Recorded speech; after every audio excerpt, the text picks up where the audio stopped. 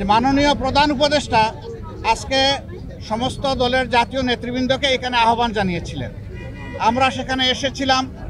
দল মত আমাদের ভিন্ন, আদর্শ আমাদের ভিন্ন, পথ আমাদের এক। পথটা হচ্ছে বাংলাদেশকে রক্ষা করতে হবে। এই সব কিছুর ঊর্ধ্বে উঠে দেশ আমাদের সবার, শুধু রাজনৈতিক দল না, আমাদের সকলের, জনগণের একটা বিশেষ অংশ আপনারাও, এবং আপনাদের ভূমিকাও কিন্তু গত আন্দোলনে কারো কারো না থাকতে পারে, কিন্তু নির্বিশেষে অনেক সহায়ক ছিল।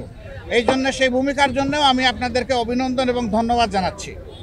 আগামীর বাংলাদেশ গঠনে পথে পথে আমরা বিভিন্ন অন্তরায় দেখতে পাচ্ছি, বিশেষ করে পার্শ্ববর্তী দেশ, তারা আমাদের প্রতিবেশী।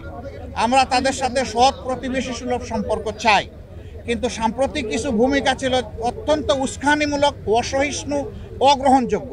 আপনারা এটা দেখেছেন।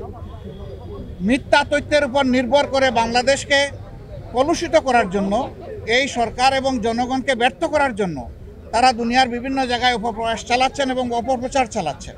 আমরা এগুলার নিন্দা জানিয়েছি সকলে সম্মিলিতভাবে। আমরা একটা জায়গায় সবাই আমরা একমত হয়েছি যে আমাদের স্বাধীনতা সার্বভৌমত্বের ব্যাপারে কোনো ছাড় নয়। এখানে আমরা সিমেন্টেড থাকব, যেমন অতীতে ছিলাম, যেমন সম্প্রতি 5 অগাস্টে এই 24 সালে আমরা ছিলাম, এটাই আমাদের অব্যাহত থাকবে। এখানে পরামর্শ এসেছে রাজনৈতিক শীর্ষ নেতৃবৃন্দের সাথে, যেমন মত বিনিময় হয়েছে, ছাত্র সংগঠনগুলোর সাথে হবে, বিভিন্ন ধর্মীয় সম্প্রদায়ের সাথে হবে, আপনাদের সাথে হবে। আমরা সেই প্রস্তাব রেখে এসেছি এবং আমরা আশা করছি আপনাদের সাথেও মত বিনিময় হবে।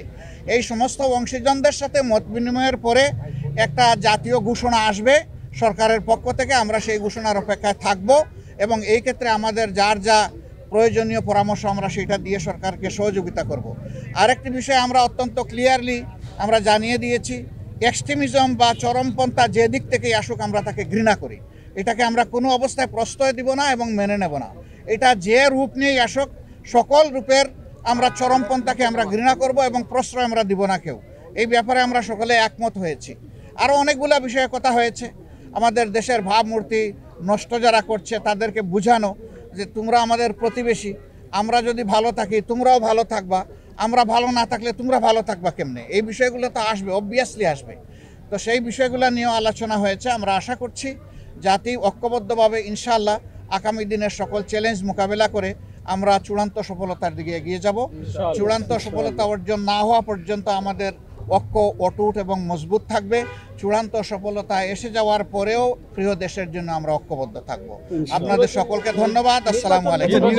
নির্বাচন নিয়ে ছোটখাটো কথা হলেও সেটা নিয়ে কোনো কনসেনসাস হয় নাই বা ব্যাপকভাবে কোনো আলোচনা হয় না। আচ্ছা, থ্যাংক ইউ। আপনাদের সকলকে সবাইকে ধন্যবাদ।